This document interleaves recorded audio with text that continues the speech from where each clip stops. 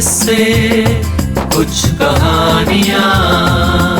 अतुल विश्नोई की जुबानी, कुछ किस्से कुछ कहानी। कुछ किस्से कुछ कहानियों में आप सभी का स्वागत है। दोस्तों, आज जो कहानी मैं आपके लिए लेकर आया हूँ वो है मशहूर लेखक फणीश्वर नाथ रेणु की लिखी हुई कहानी पंचलाइट। आइए कहानी शुरू करते हैं। पिछले 15 दिनों से दंड जुर्माने के पैसे जमा करके महतो टोली के पंचों ने पेट्रोमैक्स खरीदा है। इस बार रामनवमी के मेले में। गांव में सब मिलाकर 8 पंचायतें हैं।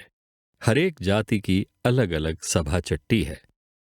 सभी पंचायतों में दरी, जाजिम, सतरंजी और पेट्रोमैक्स हैं।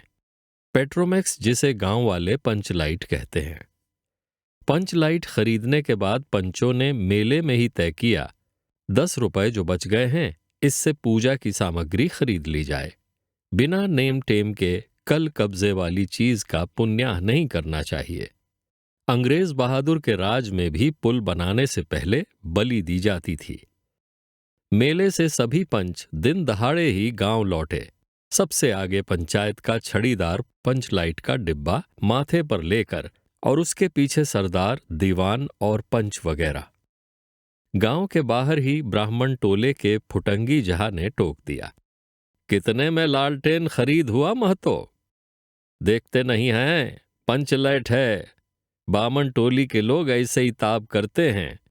अपने घर की ढिबरी को भी बिजली बत्ती कहेंगे और दूसरों के पंचलाइट को लालटेन। टोले भर के लोग जमा हो गए। औरत, मर्द, बूढ़े, बच्चे सभी कामकाज छोड़कर दौड़े आए। चल रे चल, अपना पंचलैट आया है, पंचलैट। छड़ीदार अगनू महतो रह रहकर लोगों को चेतावनी देने लगा। हाँ, जरा दूर से छूछा मत करो, ठेस ना लगे। सरदार ने अपनी स्त्री से कहा, सांझ को पूजा होगी, जल्दी से नहा धोकर चौका पीढ़ी लगाओ। टोले की कीर्तन मंडली के मूल गैन ने अपने भगतिया पच्छकों को समझा कर कहा, देखो, आज पंचलैट की रोशनी में कीर्तन होगा। बेताले लोगों से पहले ही कह देता हूं, आज यदि आखिर धरने में 1.5 बेड़ हुआ तो दूसरे दिन से एकदम बैकाट। औरतों की मंडली में गुलरी काकी गोसाई का गीत गुनगुनाने लगीं। छोटे छोटे बच्चों ने उत्साह के मारे बेवजह शोरगुल मचाना शुरू किया। सूरज डूबने के 1 घंटा पहले से ही टोले भर के लोग सरदार के दरवाजे पर आकर जमा हो गए। पंचलैट, पंचलैट। पंचलैट के सिवा और कोई गप नहीं, कोई दूसरी बात नहीं। सरदार ने गुड़गुड़ी पीते हुए कहा। दुकानदार ने पहले सुनाया, पूरे 5 कौड़ी 5 रुपया। मैंने कहा कि दुकानदार साहब, ये मत समझिए कि हम लोग एकदम देहाती हैं। बहुत बहुत पंचलैट देखा है। इसके बाद दुकानदार मेरा मुंह देखने लगा। बोला, लगता है आप जाति के सरदार हैं। ठीक है, जब आप सरदार होकर खुद पंचलैट खरीदने आए हैं तो जाइए, पूरे 5 कौड़ी में आपको दे रहे हैं। दीवान जी ने कहा, अलबत्ता चेहरा परखने वाला दुकानदार है। पंचलैट का बक्सा दुकान का नौकर देना नहीं चाहता था। मैंने कहा, देखिए दुकानदार साहब, बिना बक्सा पंचलैट कैसे ले जाएंगे? दुकानदार ने नौकर को डांटते हुए कहा, क्यों रे, दीवान जी की आंखों के आगे धुरखेल करता है? दे दो बक्सा। टोले के लोगों ने अपने सरदार और दीवान को श्रद्धा भरी निगाहों से देखा। छड़ीदार ने औरतों की मंडली में सुनाया। रास्ते में सन्न सन्न बोलता था पंचलैट, लेकिन ऐन मौके पर लेकिन लग गया। रुदल साह बनिए की दुकान से 3 बोतल किरासिन तेल आया और सवाल पैदा हुआ, पंचलैट को जलाएगा कौन? ये बात पहले किसी के दिमाग में नहीं आई थी। पंचलैट खरीदने के पहले किसी ने न सोचा, खरीदने के बाद भी नहीं। अब पूजा की सामग्री चौक पर सजी हुई है। कीर्तनिया लोग खोल ढोल करताल खोल कर बैठे हैं और पंचलैट पड़ा हुआ है। गांव वालों ने आज तक कोई ऐसी चीज नहीं खरीदी जिसमें जलाने बुझाने का झंझट हो। कहावत है ना, भाई रे, गाय लूं तो दूहे कौन? लो मजा। अब इस कल कब्जे वाली चीज को कौन बाले? ये बात नहीं कि गांव भर में कोई पंचलैट बालने वाला नहीं। हर एक पंचायत में पंचलैट है, उसके जलाने वाले जानकार हैं।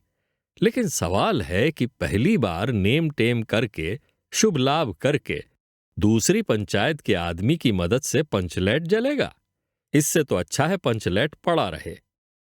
जिंदगी भर ताना कौन सहे, बात बात में दूसरे टोले के लोग कूट करेंगे। तुम लोगों का पंचलैट पहली बार दूसरे के हाथ से।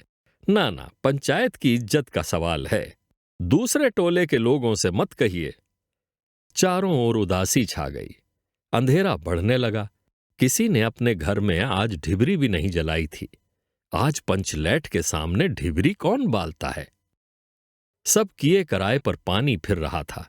सरदार, दीवान और छड़ीदार के मुंह में बोली नहीं। पंचों के चेहरे उतर गए थे। किसी ने दबी हुई आवाज में कहा, कल कब्जे वाली चीज का नखरा बहुत बड़ा होता है। एक नौजवान ने आकर सूचना दी, राजपूत टोली के लोग हंसते हंसते पागल हो रहे हैं। कहते हैं कान पकड़कर पंचलैट के सामने 5 बार उठो बैठो, तुरंत जलने लगेगा। पंचों ने सुनकर मन ही मन कहा, भगवान ने हंसने का मौका दिया है, हंसेंगे नहीं? एक बूढ़े ने आकर खबर दी, रूदल साहब बनिया भारी बतंगड़ आदमी है, कह रहा है पंचलैट का पंपू जरा होशियारी से देना। गुलरी काकी की बेटी मुनरी के मुंह में बार बार एक बात आकर मन में लौट जाती है। वो कैसे बोले? वो जानती है कि गोधन पंचलैट बालना जानता है, लेकिन गोधन का हुक्का पानी पंचायत से बंद है। मुनरी की मां ने पंचायत से फरियाद की थी कि गोधन रोज उसकी बेटी को देखकर सलम सलम वाला सलीमा का गीत गाता है, हम तुमसे मोहब्बत करके सलम। पंचों की निगाह पर गोधन बहुत दिन से चढ़ा हुआ था। दूसरे गांव से आकर बसा है गोधन, और अब टोले के पंचों को पान सुपारी खाने के लिए भी कुछ नहीं दिया। परवाही नहीं करता। बस पंचों को मौका मिला, 10 रुपया जुर्माना, ना देने से हुक्का पानी बंद। आज तक गोधन पंचायत से बाहर है, उससे कैसे कहा जाए? मुनरी उसका नाम कैसे ले? और उधर जाति का पानी उतर रहा है। मुनरी ने चालाकी से अपनी सहेली कनेली के कान में बात डाल दी। कनेली चिगो चिद्ध चिन्ह, कनेली मुस्कुरा कर रह गई। गोधन तो बंद है, मुनरी बोली। तू कह तो सरदार से। गोधन जानता है पंचलैट बालना, कनेली बोली। कौन गोधन? जानता है बालना, लेकिन सरदार ने दीवान की ओर देखा और दीवान ने पंचों की ओर। पंचों ने एक मत होकर हुक्का पानी बंद किया है। सलीमा का गीत गाकर आंख का इशारा मारने वाले गोधन से गांव भर के लोग नाराज थे। सरदार ने कहा, जाति की बंदिश क्या, जबकि जाति की इज्जत ही पानी में बही जा रही है। क्यों जी दीवान? दीवान ने कहा, ठीक है। पंचों ने भी एक स्वर में कहा, ठीक है, गोधन को खोल दिया जाए। सरदार ने छड़ीदार को भेजा। छड़ीदार वापस आकर बोला, गोधन आने को राजी नहीं हो रहा है। कहता है पंचों की क्या प्रतीत है, कोई कल कब्जा बिगड़ गया तो मुझे दंड जुर्माना भरना पड़ेगा। छड़ीदार ने रोनी सूरत बनाकर कहा, किसी तरह गोधन को राजी करवाइए, नहीं तो कल से गांव में मुंह दिखाना मुश्किल हो जाएगा। गुलरी काकी बोली, जरा मैं देखूं कह के। गुलरी काकी उठकर गोधन के झोंपड़े की ओर गई और गोधन को मना लाई। सभी के चेहरे पर नई आशा की रोशनी चमकी। गोधन चुपचाप पंचलाइट में तेल भरने लगा। सरदार की स्त्री ने पूजा की सामग्री के पास चक्कर काटती हुई बिल्ली को भगाया। कीर्तन मंडली का मूलगैन मूर्छल के बालों को संवारने लगा। गोधन ने पूछा, स्पिरिट कहाँ है? बिना स्पिरिट के कैसे जलेगा? लो मजा, अब ये दूसरा बखेड़ा खड़ा हुआ। सभी ने मन ही मन सरदार, दीवान और पंचों की बुद्धि पर अविश्वास प्रकट किया। बिन बूझे समझे काम करते हैं ये लोग। उपस्थित जनसमूह में फिर मायूसी छा गई। लेकिन गोधन बड़ा होशियार लड़का है, बिना स्पिरिट के ही पंचलैट जलाएगा। थोड़ा गरी का तेल ला दो। मुनरी दौड़कर गई और एक मलसी गरी का तेल ले आई। गोधन पंचलैट में पंप देने लगा। पंचलैट की रेशमी थैली में धीरे धीरे रोशनी आने लगी। गोधन कभी मुंह से फूंकता, कभी पंचलैट की चाबी घुमाता। थोड़ी देर में पंचलैट से सनसनाहट की आवाज निकलने लगी और रोशनी बढ़ती गई। लोगों के दिल का मैल दूर हो गया। गोधन बड़ा काबिल लड़का है। अंत में पंचलाइट की रोशनी से सारी टोली जगमगा उठी तो कीर्तनिया लोगों ने एक स्वर में महावीर स्वामी की जय ध्वनि के साथ कीर्तन शुरू कर दिया।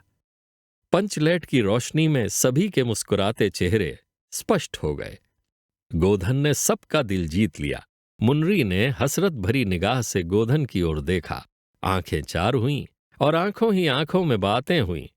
कहा सुना माफ करना, मेरा क्या कसूर। सरदार ने गोधन को बहुत प्यार से पास बुलाकर कहा, तुमने जाति की इज्जत रखी है, तुम्हारा 7 खून माफ। खूब गाओ सलीमा का गाना। गुलरी काकी बोली, आज रात मेरे घर में खाना गोधन। गोधन ने फिर एक बार मुन्री की ओर देखा।